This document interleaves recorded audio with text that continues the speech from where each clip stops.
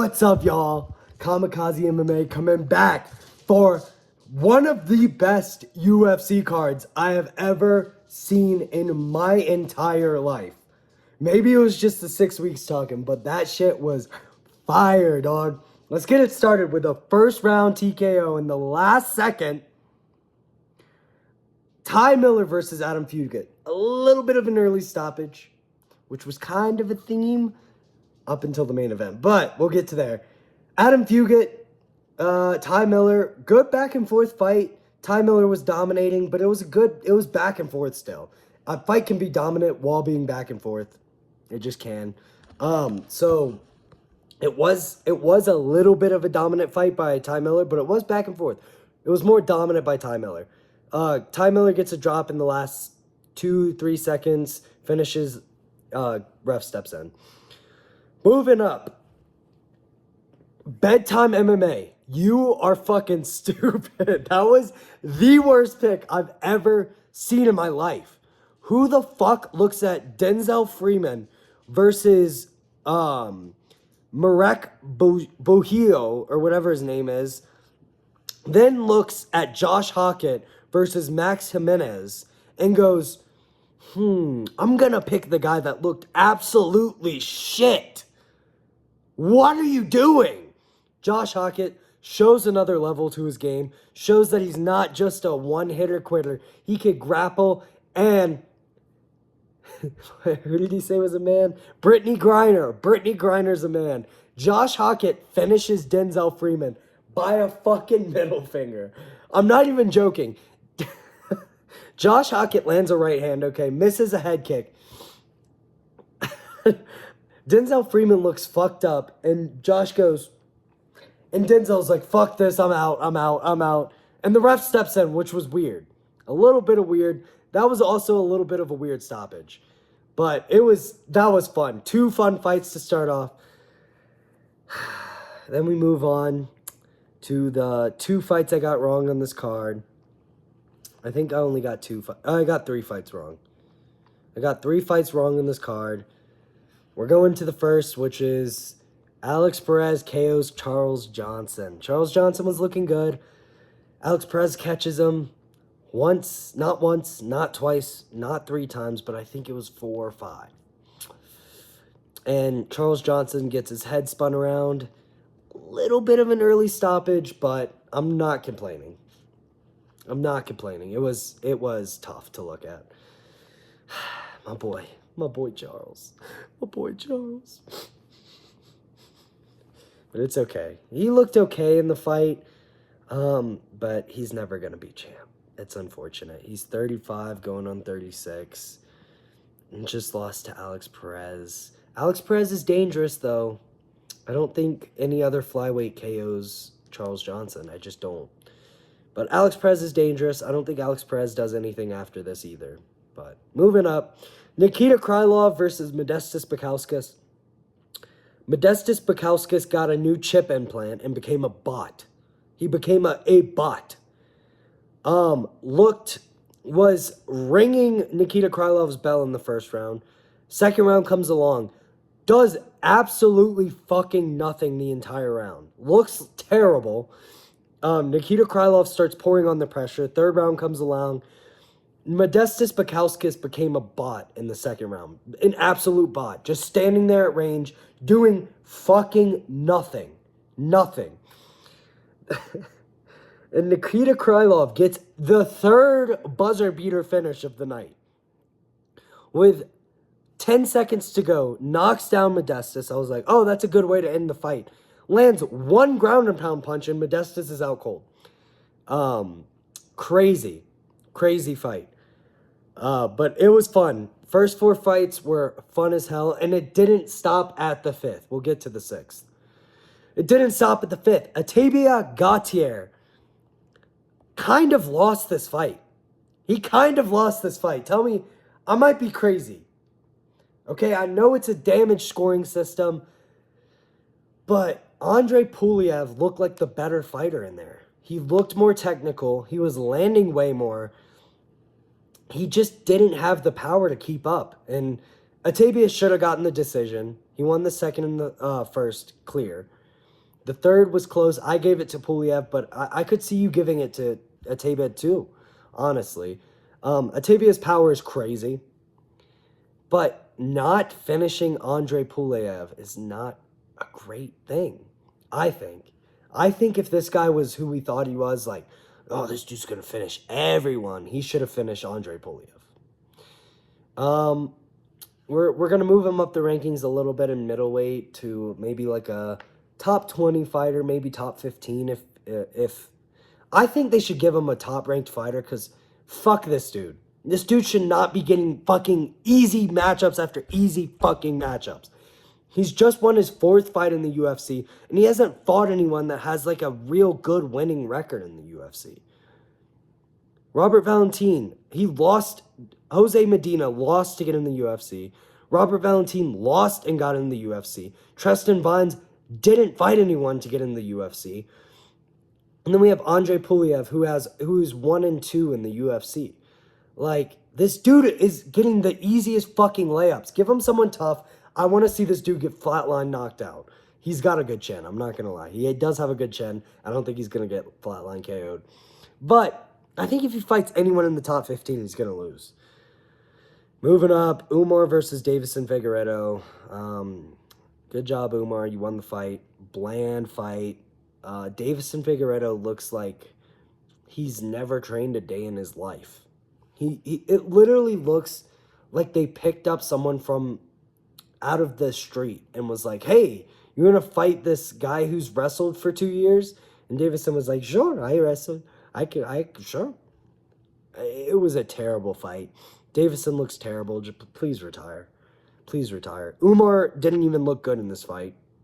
This was honestly probably the worst performance of Umar's career, in my opinion. It was so boring and bland.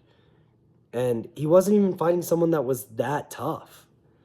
But his grappling looked good. His striking looked okay. I'm just not going to rate this win so high. I mean, Davison couldn't land on him. Let's be honest. Umar did look good, but you're not getting a championship fight off that. Neither is Sean O'Malley. We're running Merab back. I think Umar versus O'Malley's the fight to make. Honestly, I think that's the fight to make. Moving up to the to the main card, bro. Gene Silva versus Arnold Allen was so fucking good. Very close fight. Very good fight. Both guys super open to spinning attacks. Gene Silva has to work against someone who only throws spinning attacks because he's going to get knocked out again by a spinning attack. So, he barely landed any punches, Arnold Allen I'm talking about, besides spinning attacks. Gene Silva is so wildly open to spinning attacks, it's crazy. But Gene Silva won this fight. I think it was close, but his grappling looked way better. His striking looked quite a bit better. Not like way better, but good enough that you could tell he won the fight, is what I'm trying to say. So, Gene Silva, dude, he is a threat. If he didn't try to KO Diego Lopez, I think he would have beat him. I honestly do. I think he would have beat him. If Volk gets knocked out by Diego Lopez, I'm going to kill Dana White. What is this fight, dude? What is Diego Lopez versus Volkanovski? Let's not talk about it. Let's be excited. We just had a great card. But what is that fight? Seriously. Like, what is that? Gene Silva's good, though. He's really good. He's a top 3 featherweight. I was going to say of all time, but he's not of all time. He's a top 3 featherweight currently. He's currently a top 3 featherweight. It's him, Volkanovski, and Diego Lopez.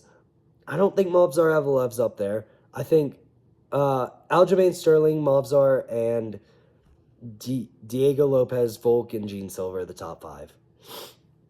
Moving up to okay fight. Natalia Silva versus Rose Namajunas. Rose just knows how to make a fight bland and boring as fuck. Can you just cut her? Like, jeez. Like, this bitch head kicks an Asian once, and now we have to keep her in the UFC the entire... Like, she's so fucking boring. She should have been cut after the Carla Esparza fight. She should have been cut after that. But no, she gets the belt off of that. Now, I actually thought Rose won this fight. I rewatched it. Natalia Silva clearly won rounds 1 and 3. Rose won round 2 clearly. The first round was close. I thought Rose won it. But watching it back, Natalia Silva clearly won this fight. But that was a bland performance from Natalia Silva, and that doesn't happen. Rose Namajunas is so fucking boring, it's insane. I don't remember her having an exciting fight. I think she got a KO in her last fight or something like that, but no, she decisioned Miranda fucking Maverick. She lost to Erin fucking Blanchfield, and she beat Tracy fucking Cortez. Who gives a fuck, dude? Who gives a fuck? God, dude, this bitch is boring. This bitch is boring. Please cut her. I'm so sick of looking at this. And her walkout where she goes, I didn't even watch her walkout, but I'm assuming that the whole time she goes, cut her, bro, please. Derek Lewis fucking quit in the second round. Fight was boring as fuck. Waldo Cortez Acosta didn't want to throw a shot in the first round. Derek Lewis was sweating from walking around the octagon. Second round comes along. Waldo lands a pretty nice jab. Derek quits. And then the ref didn't realize that he quit and he got knocked out.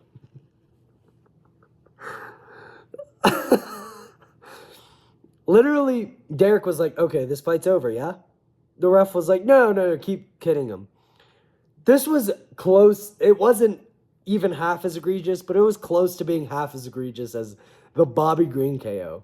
Derek Lewis got hit with like 12 unanswered strikes on the ground and got brutally knocked out on the ground. But that's what you get for quitting, dude. He quit. I'm sorry, he quit. We know Derek Lewis quits. He quit that fight. Not much to talk about. Waldo Cortez Acosta is probably going to beat everyone outside of Gane and maybe Pavlovich if he rematches and Aspinall. I don't see...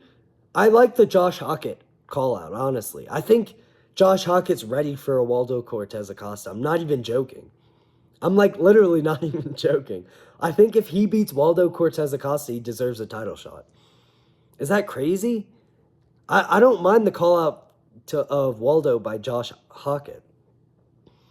I think that's a good call-out. We'll see if Alex Perez fights or if Tom Aspinall fights for the belt next. We'll see what happens, but if Alex Pereira fights, we're not getting another heavyweight fight with real heavyweights till a year from now. So Waldo's going to have to fight someone, and I think Josh Hockit's a good pick. I mean, 2 first-round KOs against terrible fighters in all reality, but heavyweight's not middleweight. It's definitely not bantamweight, but it's not heavyweight. Like, if you're KOing people in the first round as a wrestler at 236 pounds, it's something different. There's something different, honestly. That's kind of my big takeaway, is that Josh Hokit might be a champ. Now, I don't think he will because of... I'm going to actually make a video about that. I don't think he will because of the trash talk. I'll get to that. Sean O'Malley versus Song Yadong. Sean O'Malley came back in the third round and dominated. Song Yadong is retarded. I'm sorry. Song Yadong should have won that fight. If he had a coach that was sentient, I don't think was it Greg Jackson? Is that his coach now? No, that's Josh Hawkins. Who's he train with? He trains at ATT. Does he train at ATT? Who's his coach? I remember who his coach is, but I can't think of it now. Anyways, dude, Sean O'Malley's legs were fucking cooked. And Song Yadong in the third round was like, let's stop throwing leg kicks this entire round. Let's fall in love with my hands, and let's lose this fight. I think Sean O'Malley won the first round. I saw Aljamain Sterling and Arman Saryuki and other stupid-ass fucking wrestlers being like, no, dude, Song got a takedown. Song got pieced the fuck up for 4 minutes, and he gets one takedown, and you're like, dude, no, he won. He won. You saw the takedown. Like, I hate defending that a Sean O'Malley win is a Sean O'Malley win, but dude, you have to be fucking stupid to say that Sean O'Malley lost the first round. I really thought Sean O'Malley was about to get robbed. I really did. I thought Sean O'Malley was about to get robbed. But thankfully, the judges were like, no, Sean O'Malley won the first. Song clearly won the second. Song won the first 2 minutes, minute and a half, 2 minutes of the third round. And then he's just like, oh, look at me, I'm boxing. Let me just not kick this dude's legs who's obviously hurt from the leg kicks. Sean O'Malley pieces up Song Yadong for 3 minutes straight. I don't think Song lands more than 1 or 2 strikes in that entire round after the 3-minute mark. I don't think he did. I don't even think he landed a strike in the first round outside of the ground and pound. But, dude, what the fuck were you doing out there? You had someone whose leg was literally compromised. And you just go, let's box with this dude. Let's box with the dude who's been outboxing me this entire fight. Let's box with him for the last 3 minutes of this fight. For the last 5 minutes, to be honest. Terrible decision-making from Song Yadong. If this dude's fight IQ was higher, he would probably be a world champ. He has a low fucking fight IQ. I don't know how. They usually score pretty high, but he has a fucking low IQ. He has a low IQ, dude. It's weird. It's bizarre. It's like the one thing you would think that they don't have. But anyway, Sean O'Malley gets a decision. Very, very warranted.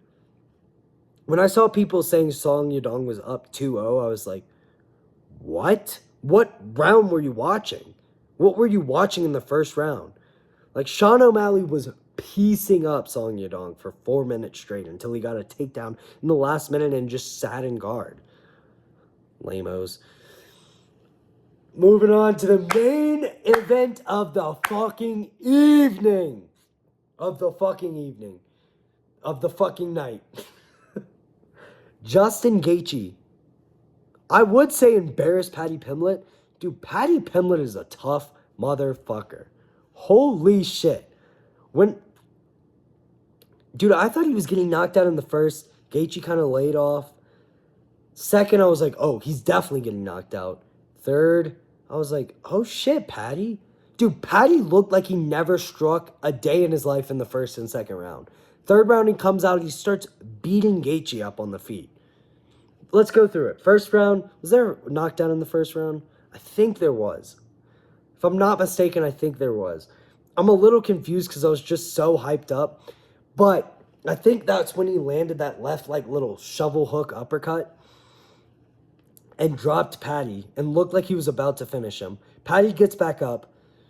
Paddy gets dropped again in the second round. I think Justin Gaethje should have won. I think those were both 10-8s. I think he should have won 49-45, 49-44. Honestly, because those were both 10-8s. At least the second was a 10-8, if not the first. Gaethje looked gassed in the third. I kind of thought Paddy Pimblett was going to finish him in the third. Fourth round comes along. Gaethje puts the pressure back on, starts beating up Paddy Pimblett. Don't know how the fuck Paddy didn't get knocked out. He had at least 8 concussions. I think he probably broke both orbitals and his nose and possibly his left jaw, which is on this side, but it's this side for y'all.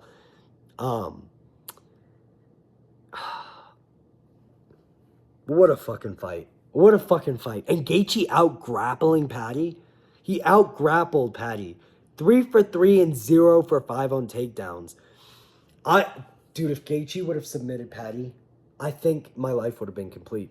I think I would have jumped off of the roof and, bro, my life would have been complete. If Justin Gaethje submitted Paddy Pimblett, that would have been fucking insane. But beat him up in the striking, beat him up in the grappling. Paddy somehow figured out how to become a UFC fighter in the third round. I don't know what round he could have won besides the third. 48-46 is fucking insane on a scorecard. Justin Gaethje dominated every round except for the third. and 49-40. I think it was 46, I think. 49-46 and 48-47, 48-47. Or there was possibly a 48-46 scorecard. How the fuck do you give 2 rounds to Paddy Pimblett? What 2 rounds did he win? Like, genuinely, what 2 rounds did he win?